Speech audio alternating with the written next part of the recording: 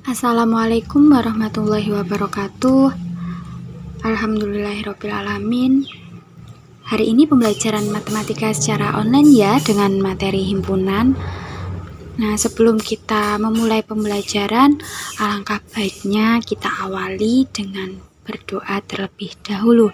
Nah, berdoa dari tempat masing-masing dimulai.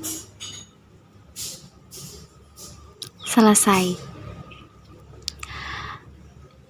Bagaimana kabarnya hari ini? Alhamdulillah, semuanya baik ya? Oke, nggak perlu saya absen satu persatu ya. Silahkan mengisi presensi secara mandiri di e-learning masing-masing sebagai bukti bahwa kalian mengikuti pembelajaran matematika hari ini. Nah, sudah tahu materi hari ini tentang apa? Ya, tentang himpunan. Nah, sebelum kita memulai pembelajaran, silahkan dipersiapkan dulu buku dan alat tulisnya untuk mencatat ya. Nah, lebih enak lagi nih ya kalau kita belajar sambil ditemani dengan camilan atau makanan ringan atau snack yang kalian suka untuk menemani kegiatan belajar ini dari awal hingga akhir agar tetap semangat. Oke, nah biar nggak seret nih ya, juga disiapkan minumannya, bisa kopi agar kalian nggak ngantuk sewaktu pembelajaran, atau minuman lain yang kalian suka. Oke, dipersiapkan dulu. Boleh di pause dulu videonya sambil kalian menyiapkan camilan dan minumannya. Ya, sudah disiapkan? Oke, mari kita mulai. Nah, pada pembelajaran hari ini nanti akan ada 12 pertanyaan. Terlalu sedikit. Mau nambah? Oh enggak, cukup ya. Cukup 12 pertanyaan saja. Soal ini nanti akan menuntun kalian memahami materi hari ini. Nah, jadi pastikan kalian nanti akan menjawab soal berurutan mulai dari awal hingga akhir ya. Loh Bu, kalau nanti di tengah-tengah ada yang nggak paham bagaimana? Ya kalian nanti bisa pause videonya terlebih dahulu. Nanti soalnya yang belum paham tadi dipahami lagi, dibaca lagi, lalu dicari jawabannya. Nah nanti kalau sudah ketemu, bisa dilanjutkan untuk pertanyaan selanjutnya. Loh Bu, kenapa kok begitu? Ya nanti kalau kalian skip salah satu atau salah dua dari pertanyaannya, nanti kalian akan lebih kesulitan lagi untuk menjawab pertanyaan selanjutnya. Oke? Nah, mari kita mulai dengan pertanyaan pertama. Bisa langsung kalian tulis jawabannya di buku masing-masing. Gak usah ditulis soalnya, langsung aja jawabannya. Pertanyaan pertama, apakah di sekitar kalian ada hewan peliharaan? Tentunya ada. Kalau kalian nggak punya, mungkin tetangga kalian punya. Oke, nomor 2. Apa saja hewan di sekitar kalian yang berkaki 4? Mungkin ada sapi, kuda, kambing, atau domba, dan lain sebagainya.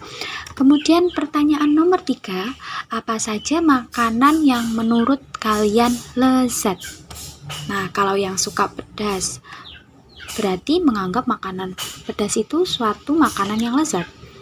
Atau enggak ada yang suka junk food. Atau bisa jadi suka makanan yang manis. Contohnya ada donat, kue coklat, brownies, dan lain sebagainya. Nah, dari sini kan berarti makanan lezat menurut setiap orang itu berbeda. Belum tentu atau belum jelas bagaimana kriteria makanan yang lezat tersebut. Nah, jadi dari pertanyaan nomor 2 dan 3, kita dapat artikan bahwa di sini nomor 2, hewan yang berkaki 4 itu merupakan contoh dari himpunan. Jadi himpunan itu apa sih? Himpunan merupakan kumpulan objek atau benda yang anggotanya itu dapat didefinisikan dengan jelas.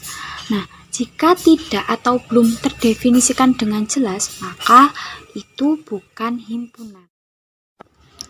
Selanjutnya, penyajian himpunan. Bagaimana sih cara menyajikan himpunan? Nah, menyajikan himpunan ini bisa dengan berbagai cara. di antara lain dengan menyebutkan anggotanya atau enumerasi, yaitu dengan menyebutkan semua anggotanya yang dituliskan dalam kurung kurawal dan dibatasi dengan tanda koma. Selanjutnya, penyajian himpunan ini dapat dituliskan dengan menuliskan sifat yang dimiliki anggotanya. Contoh, A adalah himpunan semua bilangan ganjil yang lebih dari 1 dan kurang dari 8. Penyajian himpunan yang selanjutnya bisa disajikan dengan notasi pembentuk himpunan. Nah, kalau dalam notasi pembentuk himpunan ini, biasanya kita menggunakan simbol yang seperti E ini. Bacanya elemen ya. Ini digunakan untuk menyatakan anggota dari suatu himpunan. Dan kalau E yang ada garisnya itu digunakan untuk menyatakan bukan anggota dari suatu himpunan. Oh ya, yang tanda kayak E tadi itu bacanya elemen ya. Selanjutnya kita ke pertanyaan nomor 4. Kalian pasti tahu kan nama-nama hari dalam satu minggu? Apakah ada nama hari yang diawali dengan huruf B? Nah, kita lambangkan A itu sebagai nama-nama hari dalam satu minggu. Berarti ada hari Senin, Selasa, Rabu, Kamis, Jumat, Sabtu, dan Minggu. Nah, itu merupakan himpunan nama-nama hari. Selanjutnya B. Himpunan B. Himpunan B ini adalah nama hari yang diawali dengan huruf B. Apakah ada hari yang diawali dengan huruf B? Kan tidak ada. Berarti B ini merupakan himpunan kosong. Himpunan kosong ini adalah himpunan yang tidak memiliki anggota. Selanjutnya nomor 5, apakah kalian hafal huruf abjad? Apa sajakah huruf abjad itu? Nah, huruf abjad kita lambangkan dengan S ya. Di sini S memiliki anggota A, B, C, D, E, F, G, dan seterusnya. Selanjutnya nomor 6. Kalian tahu kan apa itu huruf konsonan dan huruf vokal? Nah, ada berapa masing-masing huruf konsonan dan huruf vokal itu? Ada berapa? Ya, dituliskan jawabannya di buku masing-masing ya. Selanjutnya nomor 7. Apa saja huruf konsonan dan huruf vokal itu? Nah, kita pakai huruf A besar untuk melambangkan huruf konsonan.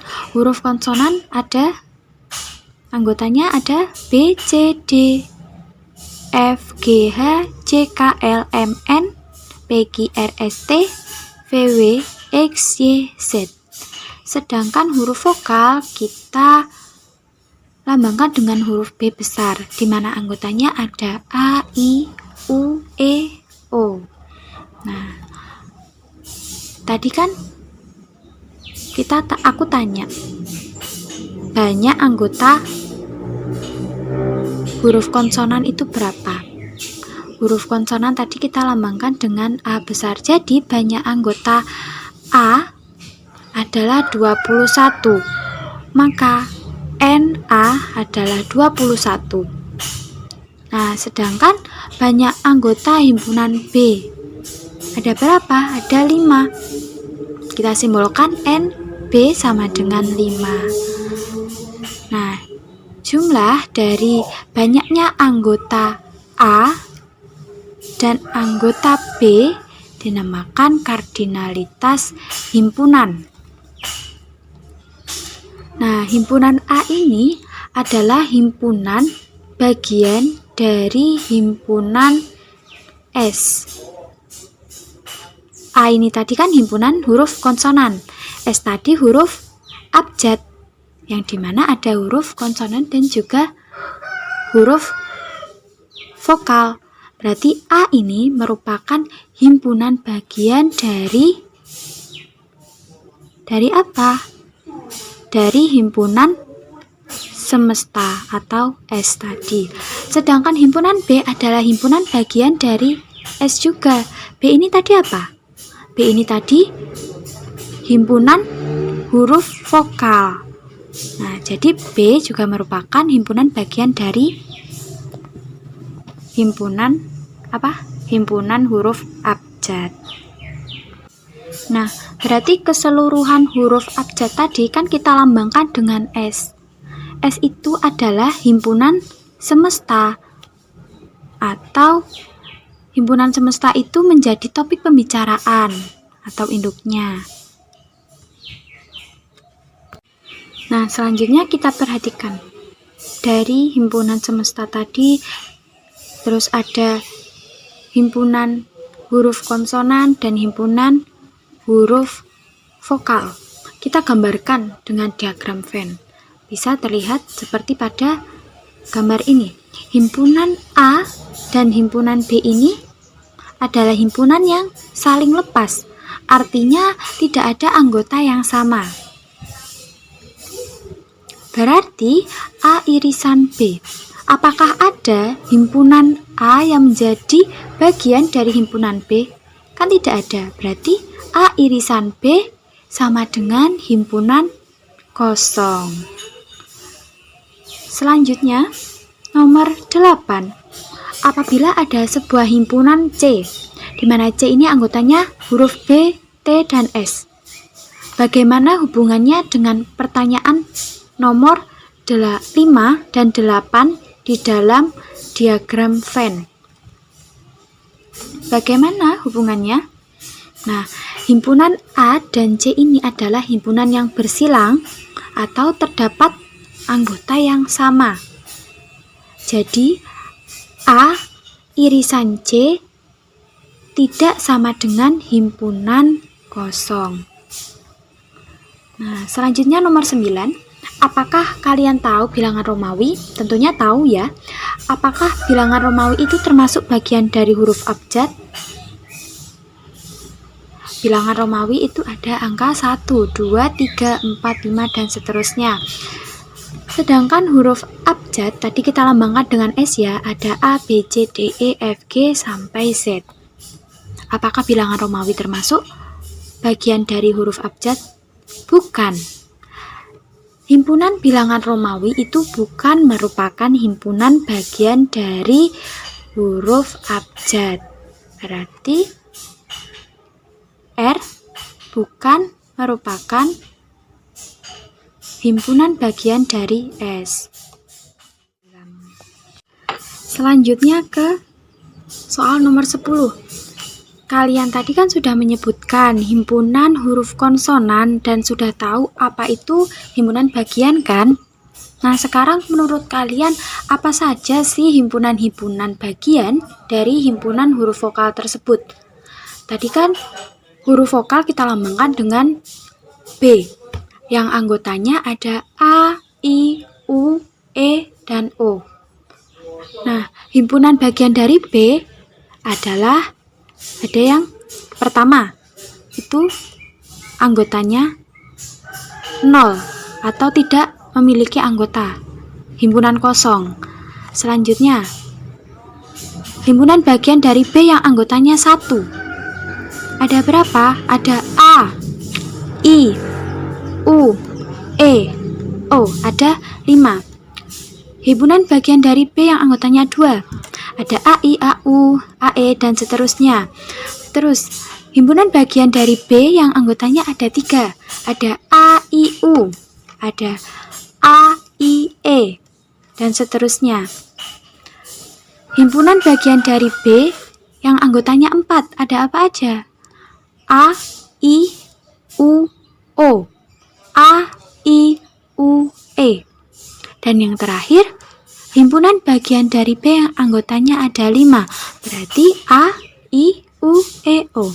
Nah, semua himpunan bagian dari B tadi, baik yang anggotanya 0 atau tidak mempunyai anggota, anggotanya 1, anggotanya 2, anggotanya 3, anggotanya 4, dan anggotanya 5, itu disebut himpunan kuasa dari himpunan B, dilambangkan dengan PB.